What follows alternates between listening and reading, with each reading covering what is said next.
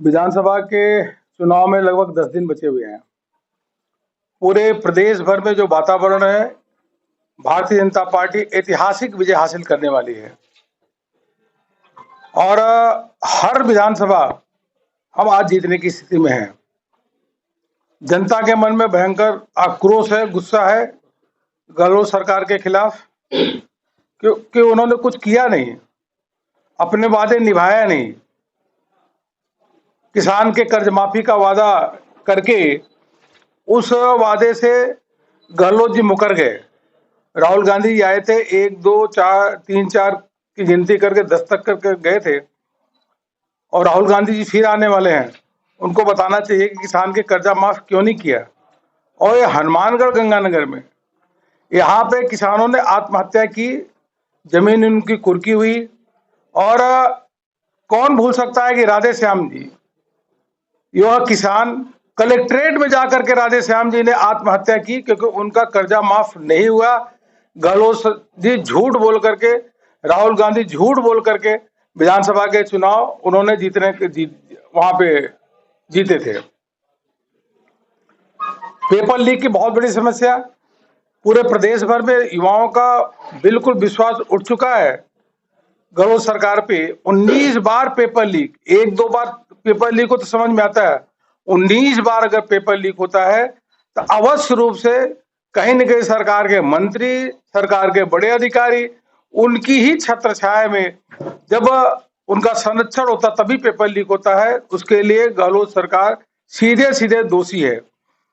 कौन भूल सकता है कि नौहर विधानसभा में नौजवान कन्हैया लाल ने पेपर लीक से त्रस्त होकर के कन्हैया लाल ने आत्महत्या किया। यह ऐसे अनेकों घटनाएं घटी जहां पे नौजवान अपने आप को ठगा सा महसूस किए और बार बार वो पेपर देने जाते थे, लेकिन पेपर लीक हो जाता था। कभी बस के अंदर पेपर लीक कराना, बैठ बस के अंदर पेपर के बारे में जो पैसा लेकर को सॉल्व कराना, यह तो अकेली घटना ऐसी है जो राजस्थान में हुई है और किसी भी प्रदेश में इस प्रकार के घटना नहीं घटित हुई। किसानों की बहुत बड़ी समस्या है कि उनको बिजली नहीं मिलती। बिजली की समस्या बहुत अधिक है, जगह बार बार कट होता है, पावर कट होता है। हमारी सरकार बनते ही किसानों को बिजली देने का हम पूरी तरीके से उनको बिजली मिलेगी, इसको सुनिश्चित कराएंगे। जब हमारी सरकार थी तो नहरों में पानी था, नहर की सफाई होती थी। गहलोत जी ने 5 साल तक कुछ भी नहीं किया और उसके बाद नहरें सूखी हुई, नहरों में पानी भी नहीं मिला और उसके माध्यम से किसानों को सिंचाई के पानी की उपलब्धता बहुत कम रही। किसान परेशान, त्रस्त रहे। कुल मिलाकर के पेपर लीक से युवा परेशान, किसान कर्ज माफ नहीं हुआ वह, और सिंचाई के लिए उनको पानी नहीं मिला, बिजली नहीं मिला, किसान परेशान है। और करप्शन का तो क्या आलम है साहब, यहाँ पे वीडियो से लेकर ऊपर तक करप्शन ही करप्शन है। सरकारी दफ्तर में भी सोने की सिल्ली पकड़ी जाती है, सचिवालय में 2.5 करोड़ रुपए का रुपया पकड़ा जाता है। इस प्रकार से चारों ओर करप्शन ही करप्शन है। तो यह सरकार को जनता ने सोच लिया है कि कांग्रेस की गहलोत सरकार को इतनी तेजी से धक्का मारेंगे कि 20 साल तक कभी भी ये सत्ता में नहीं आ पाएगी। आपके क्या कार्यक्रम है आज आए यहाँ? हम जो जिले के चुनाव संचालन समिति के साथ बैठेंगे और विधानसभा के लोगों के साथ भी बैठेंगे। सर, कर्मचारियों के मन में भय है कि अशोक गहलोत ने पुरानी पेंशन राजस्थान में लागू की, कहीं बीजेपी कल को आज बंद तो नहीं कर देगी। यह सबको ध्यान होना चाहिए कि कर्मचारियों के हितैषी कोई है तो नरेंद्र मोदी जी की सरकार, भारतीय जनता पार्टी की सरकार है, उस पर समयबद्ध तरीके से उस पर निर्णय लिया जाएगा। और अभी हमारा घोषणा पत्र भी 2 दिन में आने वाला है। बहुत सारी चीजें आपको नई चीज देखने को मिलेगी। 7 गारंटियों को किस तरह से देख लीजिएगा? देखिए, इनकी 7 गारंटी कुल मिलाकर छलावा है। जब इन्होंने 4.5 साल तक कुछ नहीं किया, 4.5 साल सोते रहे, उसके बाद यह गारंटी कुछ लागू करने की कोशिश किया, वह भी जनता तक नहीं पहुंची है।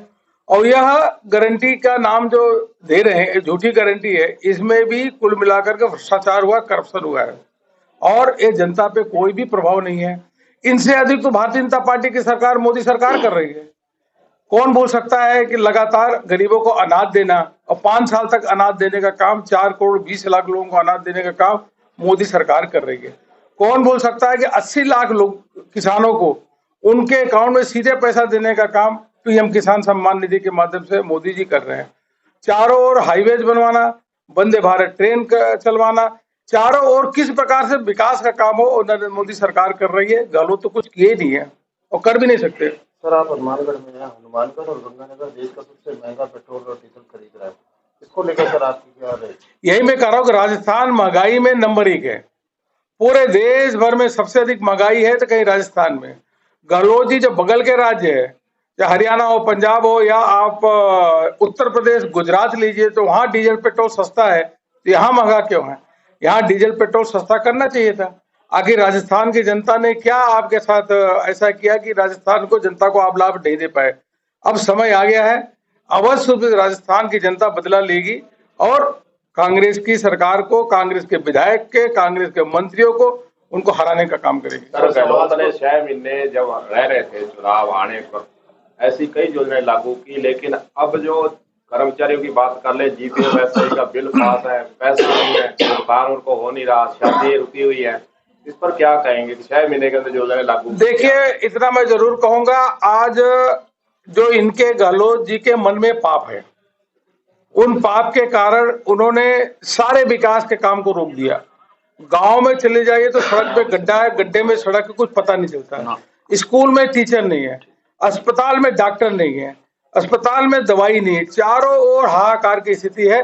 और बच्चा जन्म लेते ही उसके ऊपर 70,000 रुपए का कर्ज का बोझ इन्होंने, गहलोत जी ने डालने का काम किया है। पूरी तरीके से खस्ताहाल कर दिया ट्रेजरी का। और जो व्यक्ति इतना भुलक्कड़ हो कि विधानसभा के अंदर अगर पिछला भाषण पढ़ रहा हो, उसको पता ही नहीं हो कि यह इस बार का बजट है, पिछले बार का बजट, तो ऐसा तो मुख्यमंत्री पहली बार हमने देखा है पूरे देश भर में कि ऐसा मुख्यमंत्री जो पिछला बजट पढ़ रहा हो और इस बार का बजट क्या हो उसको पता ही नहीं हो, ऐसा भुलक्कड़ मुख्यमंत्री हमने देखा ही नहीं कभी।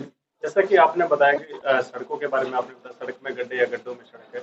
हनुमानगढ़ के भी आसपास बहुत सारी ऐसी सड़कें हैं, सूटगढ़ की सड़क ले लो, वहाँ पर टोल अभी भी चल रहा है, हालांकि टोल लाइक सड़कें नहीं है। हालांकि पिछली सरकार ने प्राइवेट वाहनों के लिए टोल मुक्त कर दिया था, तो नेक्स्ट टाइम क्या प्लान रहेगा? देखिए, अब तो 15 दिन के अंदर सरकार जाने वाली है। हमारी सरकार बनते ही गड्ढा मुक्त सड़क बनाएंगे। हमारी सरकार बनते ही गांव में बिजली की पूरी व्यवस्था करेंगे। हमारी सरकार बनते ही सिंचाई की पूरी सुविधा उपलब्ध कराएंगे। हमारे केंद्र बिंदु में सबसे अगर ऊपर कोई होगा तो गरीब और किसान होगा। उनके लिए जितना लाभ हो सकते हैं उनको लाभ देने का काम हमारी सरकार करेगी, भारतीय जनता पार्टी की सरकार करेगी। किसान सम्मान निधि जो आ रही थी वो पिछले काफी समय से बहुत सारे किसानों को मिलनी बंद हो गई। उन्होंने अपना जो वेरिफिकेशन करवाना था वो भी करवाया, उसके बावजूद भी नहीं आ रही, तो इसको लेकर क्या? 80 लाख किसानों को राजस्थान में किसान सम्मान निधि मिल रही है। कुछ आंकड़े इन्होंने देने का काम नहीं किया, लेकिन हमारी सरकार बनते ही किसान सम्मान निधि का आप मान के चलेगा भी घोषणा होगा तो आपको पता चलेगा, उसमें भी इजाफा होने वाला है। सरकार विधानसभा सभा को भाजपा अपने बागियों से किस तरह से पार पाई, क्या व्यवस्था बना रहे हैं? नहीं, भारतीय जनता पार्टी में बागी बहुत कम है और अधिकांश लोगों को मना लिया गया है। सभी लोग एक लक्ष्य के लिए काम करते हैं। समाज सेवा, राष्ट्र सेवा ही प्राथमिकता के आधार पर काम करते हैं। इसलिए हम कार्यकर्ताओं को, थोड़े बहुत बचे हैं उनको मना लिए हैं और सबका उद्देश्य एक ही है कि मोदी जी के नेतृत्व में भारतीय जनता पार्टी की सरकार बनाना है, एकमात्र लक्ष्य है। और उसके साथ राजस्थान का चौमुखी विकास हो, सबका लक्ष्य है। सरकार बनने को लेकर कितना श्योर है, कितनी सीटों पे आप उम्मीद जता रहे हैं, कितनी सीटें आएंगी? देखिए, सीटों का जो आकलन है तो मीडिया के लोगों को करना चाहिए। सीटों के बारे में तो मैं आकलन नहीं कर सकता, लेकिन इतना जरूर करता हूं कि राजस्थान में सारे आंकड़ों को ध्वस्त करते हुए ऐतिहासिक विजय होगी और भारतीय जनता पार्टी की सरकार बनेगी। ऐतिहासिक विजय। सिंचाई मंत्री राजस्थान का पानी लेने जाता है और राजस्थान किराल की जो जमीन है राजस्थान की है, और वो हामी भर आता है जी मैं इसमें नहर निकालने के लिए पंजाब को दे दूं, इसको कैसे देखते हैं? यह आपको मान के चलना चाहिए कि प्रदेश में झगड़ा करने वाली सरकार नहीं चाहिए। प्रदेश में अगर भारतीय जनता पार्टी की सरकार बनते ही केंद्र में मोदी सरकार और प्रदेश में मोदी सरकार, मोदी जी के नेतृत्व में सरकार रहेगी तो राजस्थान के सारे समस्याओं का समाधान होगा और राजस्थान का विकास होगा। क्या पीएम मोदी 21 तारीख को आ रहे हैं? ऐतिहासिक जनसभा होगी। ठीक है, थैंक यू।